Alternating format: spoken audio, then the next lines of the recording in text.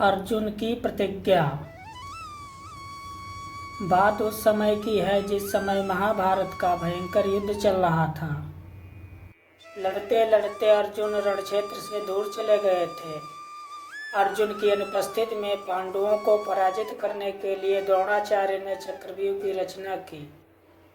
अर्जुन पुत्र अभिमन्यु चक्रव्यूह भेदने के लिए उसमें घुस गया। उसने कुशलतापूर्वक चक्रव्यूह के 6 चरण भेद लिए, लेकिन 7वें चरण में उसे दुर्योधन, जयद्रथ आदि 7 महारथियों ने घेर लिया और उस पर टूट पड़े। जयद्रथ ने पीछे से नियत्ते अभिमन्यु पर जोरदार प्रहार किया। वह वार इतना तीव्र था कि अभिमन्यु उसे सहन नहीं कर सका और वीर गति को प्राप्त हो गया। अभिमन्यु की मृत्यु का समाचार सुनकर अर्जुन क्रोध से पागल हो उठा।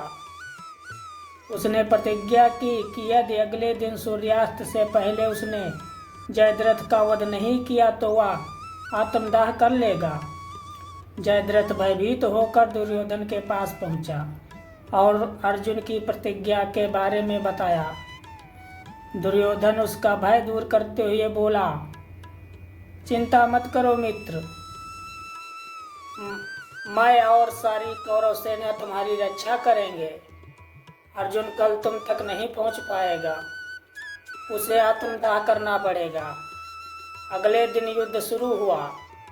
अर्जुन की आंखें जयद्रथ को ढूंढ रही थी, किंतु वह कहीं नहीं मिला। दिन बीतने लगा।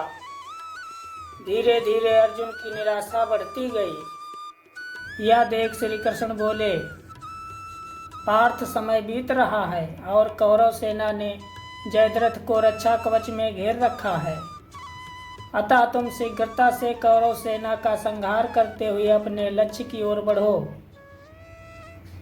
यह सुनकर अर्जुन का उत्साह बढ़ा और वह जोश से लड़ने लगे, लेकिन जयद्रथ तक पहुंचना मुश्किल था। संध्या होने वाली थी। तब श्री कृष्ण ने अपनी माया फैला दी। इसके फलस्वरूप सूर्य बादलों में छिप गया और संध्या का भ्रम उत्पन्न हो गया। संध्या हो गई है और सब अर्जुन को प्रतिज्ञावश आत्मदाह करना होगा। यह सोचकर जयद्रथ और दुर्योधन खुशी से उछल पड़े।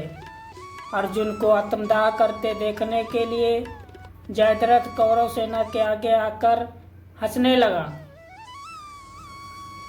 जयद्रथ को देखकर श्री कृष्ण बोले, पार्थ, तुम्हारा शस्त्र तुम्हारे सामने खड़ा है, उठाओ अपना धनुष और वध कर दो इसका। वह देखो अभी सूर्यास्त नहीं हुआ है। यह कहकर उन्होंने अपनी माया समेट ली। देखते ही देखते सूर्य बादलों से निकल आया। सबकी दृष्टि आसमान की ओर उठ गई। सूर्य अभी भी चमक रहा था। यह देख जयद्रथ और दुर्योधन के पैरों तले जमीन खिसक गई। जयद्रथ भागने को हुआ, लेकिन तब तक अर्जुन ने अपना धनुष उठा लिया था। तभी श्री कृष्ण चेतावनी देते हुए बोले, हे अर्जुन, जयद्रथ के पिता ने इसे वरदान दिया था कि जो इसका मस्तक जमीन पर गिराएगा उसका मस्तक भी 100 टुकड़ों में विभक्त हो जाएगा। इसलिए यदि इसका सिर जमीन पर गिरा तो तुम्हारे सिर के भी 100 टुकड़े हो जाएंगे। हे पार्थ, उत्तर दिशा में यहाँ से 100 योजन की दूरी पर जयद्रथ का पिता तप कर रहा है। तुम इसका मस्तक ऐसे काटो कि वह इसके पिता की गोद में जाकर गिरे। अर्जुन ने श्री कृष्ण की चेतावनी ध्यान से सुनी और अपनी लक्ष्य की ओर ध्यान कर बाण छोड़ दिया। उस बाण ने जयद्रथ का सिर धड़ से अलग कर दिया और उसे लेकर सीधा जयद्रथ के पिता की गोद में जाकर गिरा। जयद्रथ का पिता चौंक कर उठा तो उसकी गोद से सिर जमीन पर गिर गया।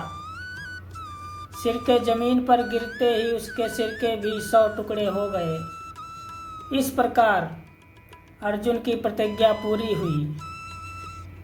दोस्तों, अगर आपको इस प्रकार की कहानियाँ सुनना और देखना पसंद है तो हमारे YouTube चैनल को सब्सक्राइब करें।